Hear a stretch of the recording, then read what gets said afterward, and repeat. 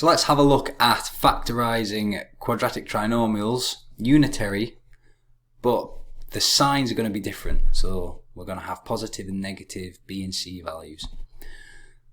Okay, so first example, just like what we did in the previous lesson, we've got ax squared plus bx plus c, so two positive signs, so we've got positive b and positive c. Therefore, let's take an example here, x squared plus 5x plus 6. Again, we know we want two numbers that multiply to give 6, that add to give positive 5. So because we've got two positive signs here, in the brackets we're going to have two positive signs also. And this becomes x plus 2 and x plus 3. So example 2. Now we've got a minus b and we've got a positive c.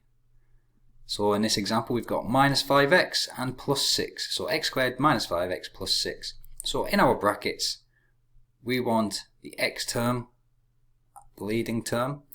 But this time, because we want two numbers that give, when they add up they give a negative number, but when they multiply they give a positive number, we're going to have two negative numbers here. And again, this time we're going to have minus 2 and minus 3. And I would suggest you expand this just for your own satisfaction. How about when we have 2 minus, so we've got minus bx minus c. So in this case x squared minus x minus 6.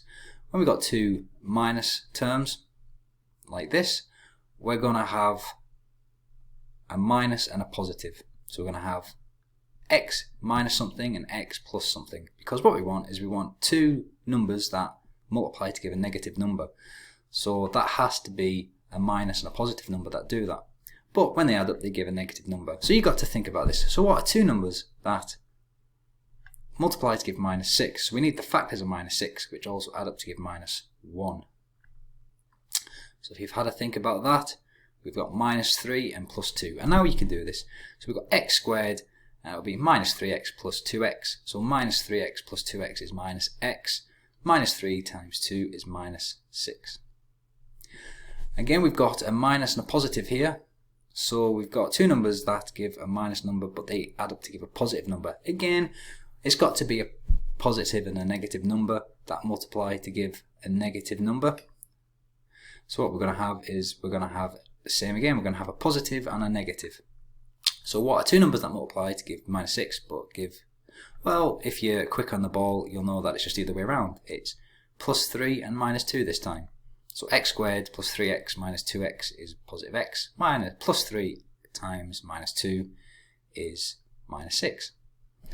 So a quick way of remembering, because obviously practice makes perfect here, but a quick way of remembering what about the signs. If we've got two positive signs, so we've got positive b and positive c, then when we factorise it we're going to have two positive numbers here.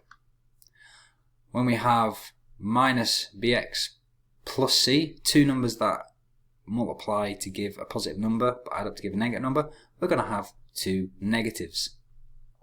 So when it's positive c, the signs are the same. And when we have minus c and minus bx, we're going to have a positive and a minus. And likewise, if we have positive bx minus c, we're also going to have a positive and a minus here. Okay.